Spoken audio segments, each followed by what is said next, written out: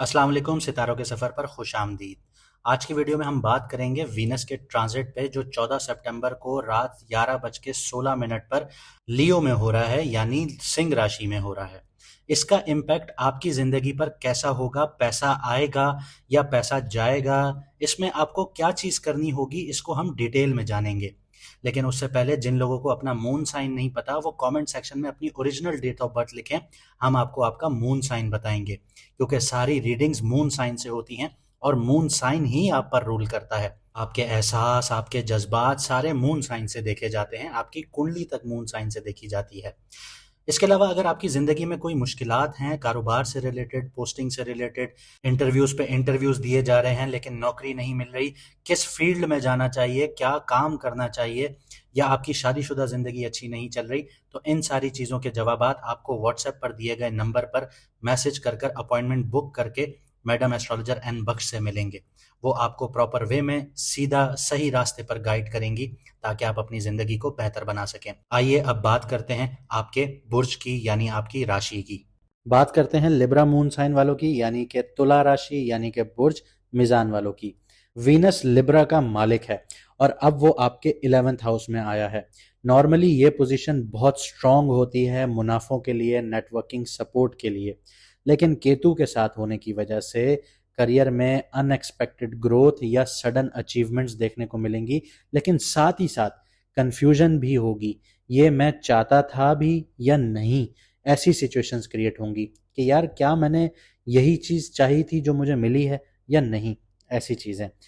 जो बड़े कुलीग्स हैं आप लोगों के या सीनियर्स हैं उनके साथ मिसअंडरस्टैंडिंग्स देखने को मिलेंगी।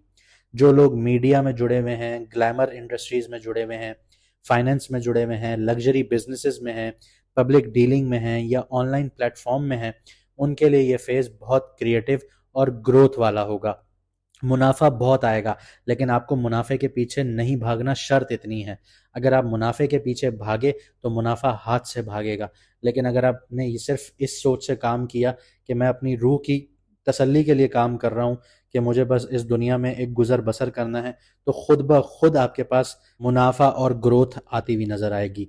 फाइनेंस के हवाले से बात करूं तो 11th हाउस जो है वो डायरेक्टली आपके गेन्स और जो आपकी ख्वाहिशात होती हैं, विश होती है, उसको पूरा करने का घर होता है। वीनस का यहाँ होना पैसा आने के चांसेस बहुत स्ट्रांग करता है, लेकिन केतु यहाँ इल्यूजन्स ऑफ प्रॉफिट क्रिएट करता है। आपको लगेगा कि पैसा बहुत आया, लेकिन कुछ ना कुछ यहाँ से चला भी गया।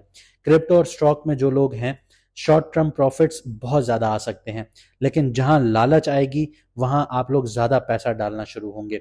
जैसे ही आपकी ये लालच ट्रिगर होगी और आपका पैसा ज़्यादा चलना शुरू होगा, तो वहीं पे नुकसानात होना शुरू हो जाएंगे। तो लॉन्ग टर्म प्रॉफिट की तरफ जाइए, वो आपके लिए बेनिफिशियल होंगे इस टाइम पीरियड में। जो बीज आप आज बोएंगे वो अगले 10 साल, 15 साल, 20 साल तक खाते रहेंगे।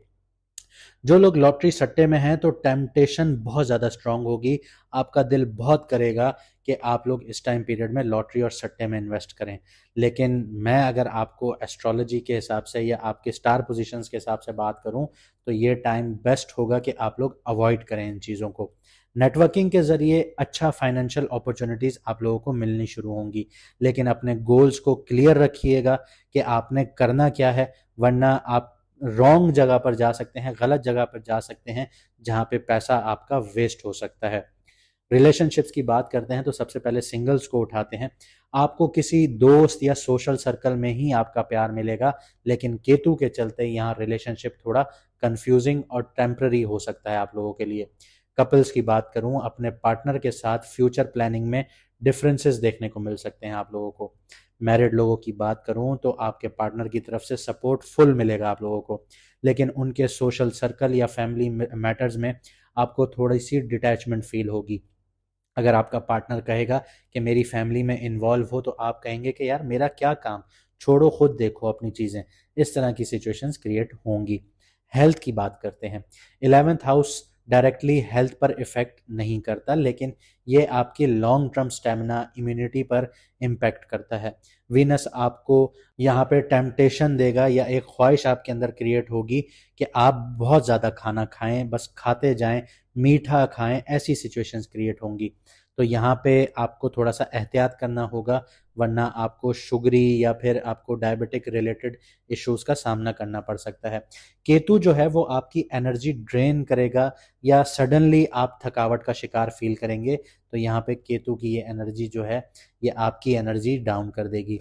फ्रेंड्स या नेटवर्क्स का इन्फ्लुएंस की वजह से आप लोग अनहेल्दी लाइफस्टाइल अडॉप्ट कर सकते हैं, ये रिस्क यहाँ पे बहुत ज़्यादा क्रिएट हो जाता है। अब आखिर में मैं आपको एक टिप दे देता हूं कि लिब्रा वालों के लिए जो ट्रांजिट है ना, ये टेस्ट है आपकी डिजायर्स और आपकी दोस्तियों का। वीनस कह रहा है कि जो चाहो वो मिल सकता है, लेकिन केतु यही सिखा रहा है जो सबसे ज्यादा चाहोगे वही आपसे दूर भागेगा।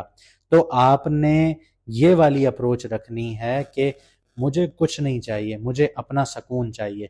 ये सारी चीजें ऑटोमेटिकली जो वीनस वाली हैं वो आपकी तरफ खुद ब खुद आना शुरू हो जाएंगी, क्योंकि आप केतु को अपना के वीनस वाली जो एनर्जीज हैं वो एक्टिवेट करेंगे। लेकिन अगर आपने वीनस को चाहा और केतु को एक्टिवेट कर दिया तो सारी चीजें हाथ में आते ही छूट जाएंगी। आपको समझना होगा कि असली सुकून सोशल अप्रूवल या पैसे से नहीं, बल्कि डिटैचमेंट और बैलेंस में है। आपकी सबसे बड़ी जो जायदाद है सिर्फ वही डिजायर्स हैं जो आप शुक्रगुजारी के साथ छोड़ देते हैं, लेट गो कर देते हैं, तो ही असली मुनाफे आपकी तरफ खुद ब खुद आएंगे।